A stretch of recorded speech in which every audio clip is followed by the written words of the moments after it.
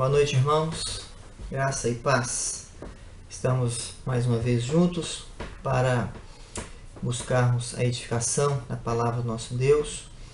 Eu gostaria de iniciar esse momento de edificação, de exposição bíblica, fazendo oração, buscando a direção daquele que reina e vive para todo sempre. Vamos orar? Senhor nosso Deus, muito obrigado pela tua bondade, pela tua misericórdia, pela tua graça. Muito obrigado, Deus, por mais uma vez podermos nos ajuntar, ainda que virtualmente, para cultuá-lo, para adorá-lo, para buscar na tua palavra a edificação, para buscar na tua palavra o sustento, o fortalecimento e o vigor para a nossa fé. Dá-nos da tua graça neste momento, traga luz sobre nossa mente, faça arder o nosso coração, em nome de Jesus. Amém. Pois é, irmãos, hoje, domingo, dia 12 de abril, domingo de Páscoa, domingo da ressurreição do nosso Rei.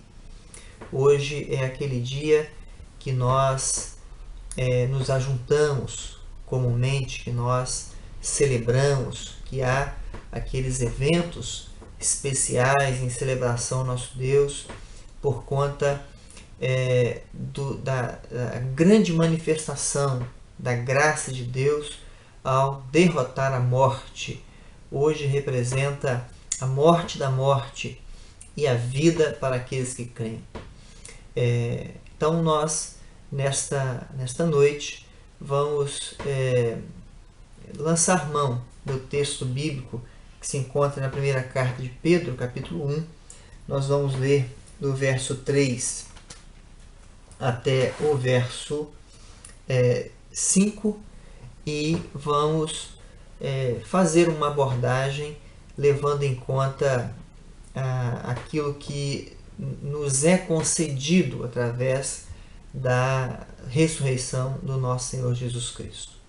Bem, eu vou ler o texto, os irmãos podem acompanhar em suas Bíblias. Diz assim: Bendito Deus e Pai de nosso Senhor Jesus Cristo, que, segundo a sua muita misericórdia, nos regenerou para uma viva esperança, mediante a ressurreição de Jesus Cristo dentre os mortos, para uma esperança incorruptível, sem mácula, imarcessível, reservada nos céus para vós outros, que sois guardados pelo poder de Deus, mediante a fé, para a salvação preparada para revelar-se no último tempo. Amém. Nós vamos, nesta noite, nos guiar pelo tema Os efeitos da ressurreição de Cristo. Os efeitos da ressurreição de Cristo. Eu gostaria de, introdutoriamente,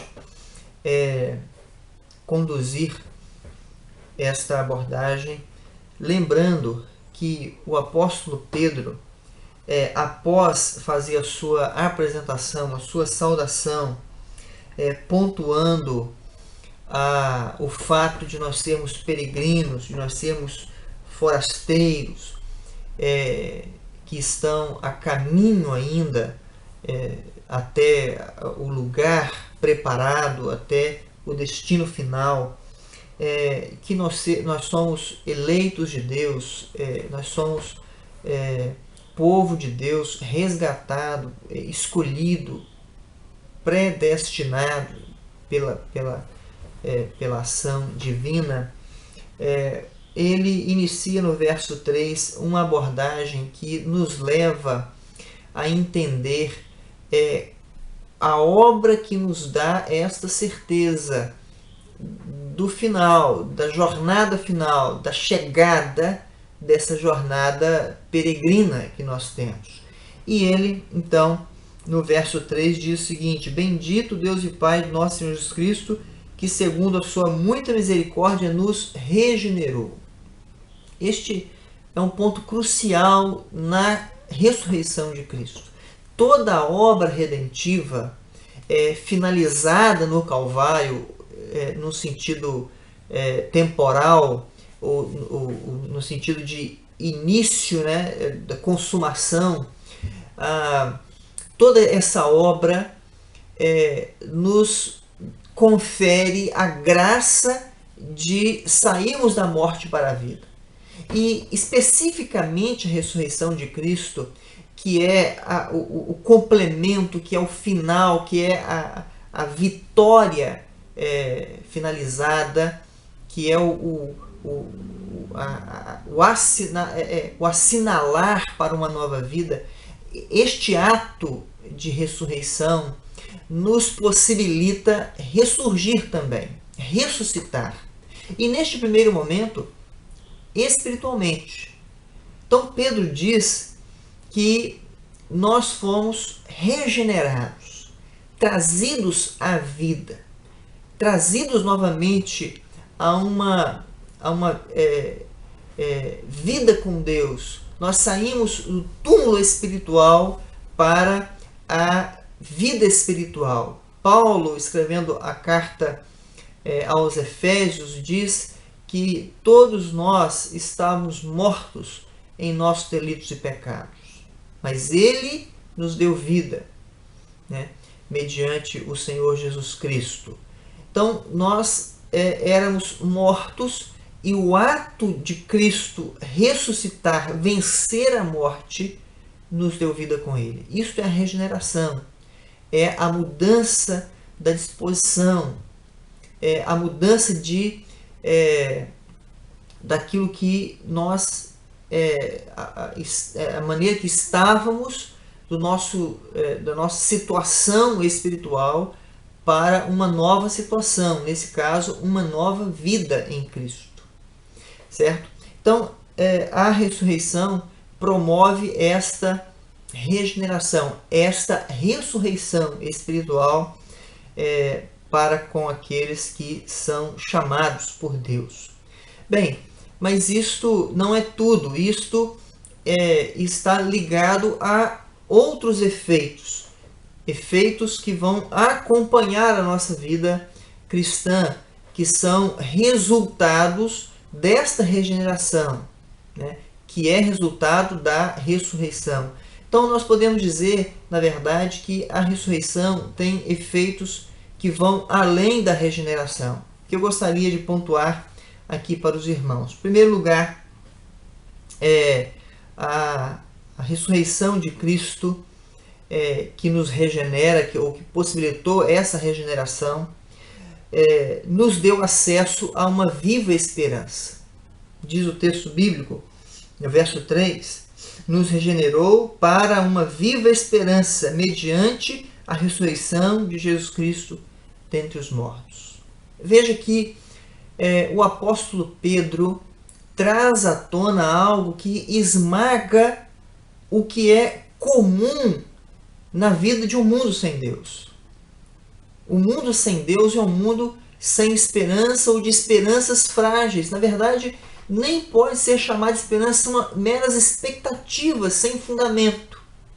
Paulo, escrevendo a mesma carta aos Efésios, citada há pouco, no capítulo 2, verso 12, ele diz que aqueles que estavam sem Cristo anteriormente, eles não tinham esperança e estavam sem Deus no mundo.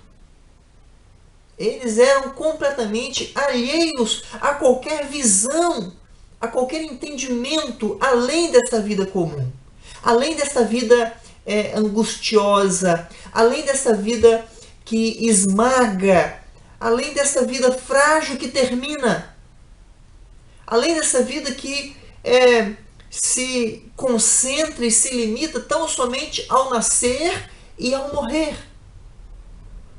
E hoje nós vemos muitas pessoas que, de tão desesperançadas que estão, preferem a morte. E quando não se lançam em circunstâncias que possibilitam perdê-la, eles mesmos atiram de si. Porque não tem esperança. Mas o povo de Deus tem. A ressurreição de Cristo nos fez vislumbrar uma esperança real, uma esperança fundamentada. A sua ressurreição nos traz uma esperança viva. Como diz o hino, porque ele vive, posso crer no amanhã. A ressurreição de Cristo nos faz vislumbrar algo que não é apenas uma expectativa real, posto como verdade e terá um desfecho real e que nos tocará, nos trará a alegria prática, a alegria finalizada, e não apenas aquela alegria que a esperança nos traz. É uma esperança viva que terá um desfecho que saciará todas as necessidades e anseios do nosso coração. Por isso a nossa peregrinação é uma peregrinação não tão dolorosa assim, não tão penosa.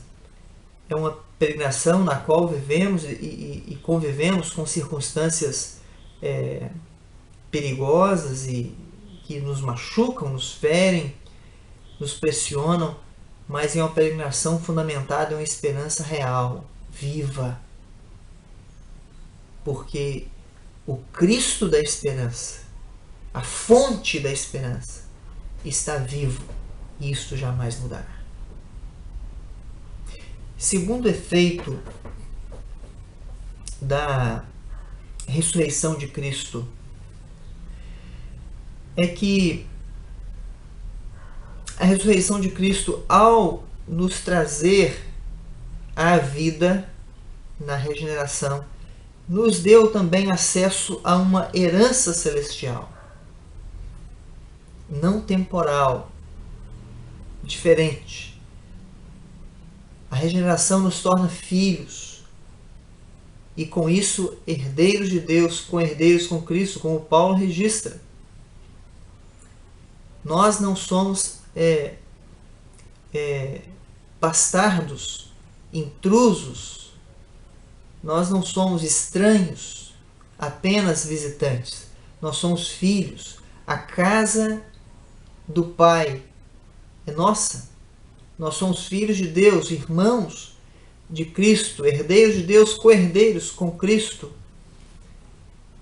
E isto é possibilitado pela obra redentiva que inclui a ressurreição de Cristo, a sua ressurreição, a perfeita obra pascal, a perfeita obra sacrificial, substitutiva, vicária, que tem como desfecho o esmagamento da morte, o escorraçamento do túmulo, nos dá mais do que uma vida temporal.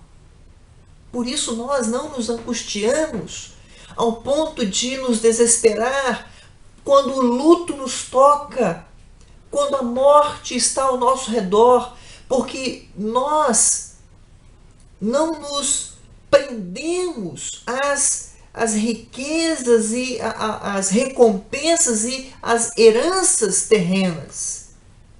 Nós nos prendemos àquilo que está na eternidade, porque esse é o nosso desfecho, este é o nosso destino, este é o nosso lugar, nos é assegurado. E Pedro nos aponta neste cenário algumas questões importantes, alguns princípios ou itens importantes dentro desta herança. Ele diz que esta herança, em primeiro lugar, é incorruptível, ao passo que tudo que nós podemos obter nesta vida, nesta terra, tudo o mais que o homem poderia colocar o seu coração, e em grande medida os homens colocam, são corruptíveis, desgastam-se, acabam, se esvaem por seus dedos. Esta herança celestial é incorruptível, ou seja, ela não pode ser corrompida, ela não pode ser, ela não se deteriora. E aqui tem dois pontos importantes nesse item. Primeiro, que ela não se deteriora naturalmente. O tempo e o espaço não pode degradá-la. Ela não perde aquilo que ela é, a sua essência, o seu vigor, o seu valor. Ela não sofrerá dano natural. com o tempo ou com a exposição. Segundo ponto importante é que ela não sofrerá dano por meio de quem quer que seja, ou por meio de uma ação externa. Não há ente ou inimigo que possa degradá-la, corrompê-la. Ela é incorruptível em todos os sentidos. Essa é a herança garantida pela ressurreição. Mas ela não é apenas incorruptível, ela também é imaculada. Ela é perfeita em si mesma. Ela não tem manchas, não tem rugas, não tem fissuras, não tem ranhuras, imperfeições. E essas imperfeições não podem ser causadas a ela. Ela é perfeita e você não encontrará e não conquistará em toda a sua vida qualquer bem que você possa colocar nele o seu coração que seja perfeito. Sempre haverá um defeito. Mas esta herança também é imarcessível. Ela jamais perderá a sua beleza. Ela permanecerá com a mesma beleza e com a mesma glória e com o mesmo valor eternamente. Ela não é como as heranças e riquezas temporais que são atingidas pela inflação, pelas correções monetárias, pela desvalorização natural. Ela é imarcessível. Ela tem um valor inestimável e este valor inestimável jamais pode ser tocado. É como uma flor que mantém a sua beleza, frescor e perfume da mesma maneira pelas eras eternas. É imarcessível.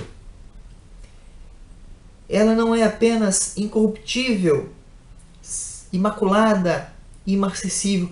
Ela é uma herança reservada, segura, diz o texto, reservada nos céus para vós outros, para uma herança incorruptível, sem mácula, imarcessível, reservada nos céus para vós outros.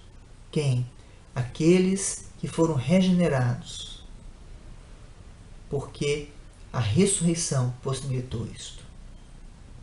A ressurreição de Cristo nos leva a nós, os eleitos de Deus, a experimentarmos da parte de Deus a regeneração, que nos torna cheios de uma viva esperança, que nos torna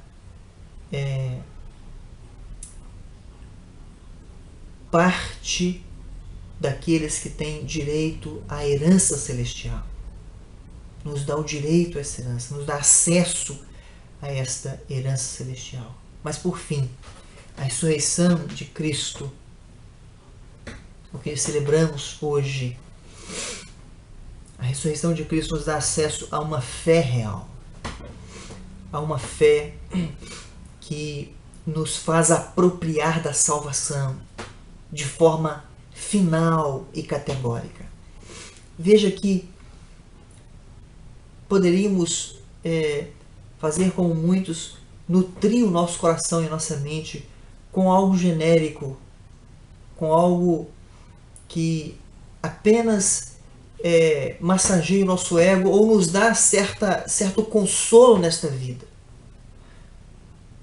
Mas o texto bíblico, Pedro faz questão no verso 5 dizer que sois reservados nos céus para vós outros, que sois guardados pelo poder de Deus mediante a fé para a salvação, preparada para revelar-se no último tempo. Aquela ressurreição que nos conduziu pela graça de Deus à regeneração, nos dá acesso a uma fé que nos faz apropriar-nos de uma salvação real e final. Uma salvação que não é uma criação humana, que não é um segmento filosófico, que não é um consolo temporal, uma salvação que é, em primeiro lugar, guardada pelo próprio Deus, como diz Pedro no verso 5. Que sois guardados pelo poder de Deus, mediante a fé.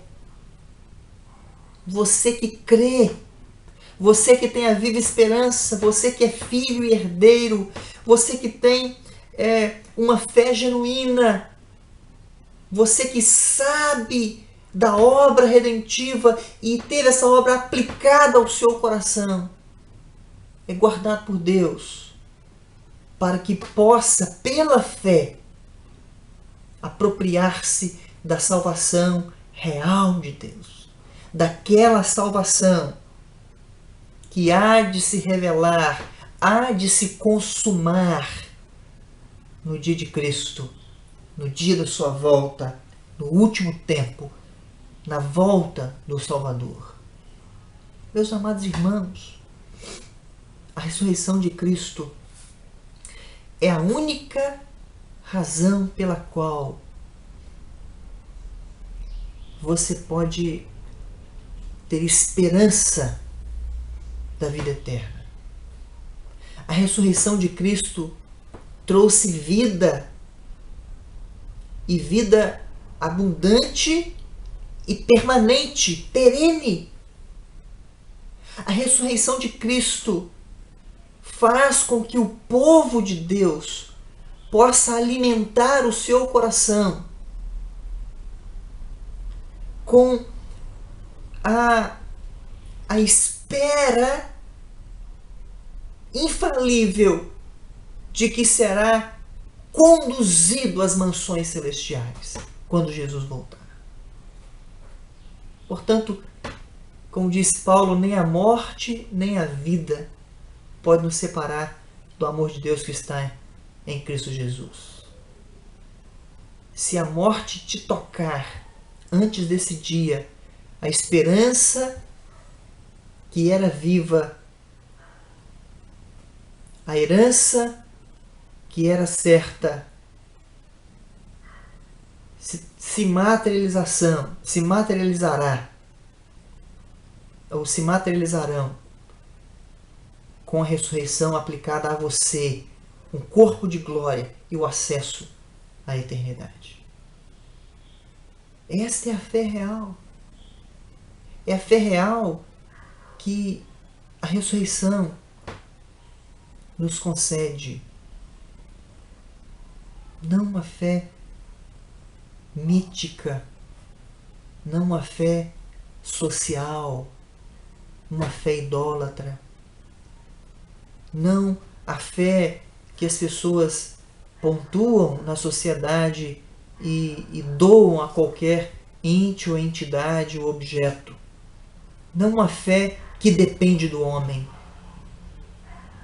mas uma fé que é dom de Deus e só pode ser aplicado a nós porque Cristo ressuscitou. Por isso, meu amado irmão, não tenha medo. Tenha esperança. Não tenha um coração ansioso. Você é herdeiro de Deus. Não tenha expectativas vazias. Creia. Porque assim como Cristo ressuscitou, você também ressuscitará, a menos que esteja vivo quando ele voltar. Paulo diz, a carta aos Coríntios, capítulo 15, que Cristo é a primícia dos que dormem. A sua ressurreição garante a nossa. O fato de ele estar vivo garante que estejamos também. Que Deus traga luz sobre você, lhe dê esperança real, lhe dê convicção do seu lugar na casa do Pai, lhe dê a certeza absoluta, intocável, inalienável da salvação. Em nome de Jesus. Vamos orar? Senhor, obrigado pela tua graça e bondade. pela tua palavra. Obrigado, Deus, pela salvação. Obrigado pela ressurreição de Cristo que nos garante a nós. Traga alento, consolo, traga esperança, traga certeza, traga um coração seguro ao teu povo, uma fé genuína. Em nome de Jesus. Amém.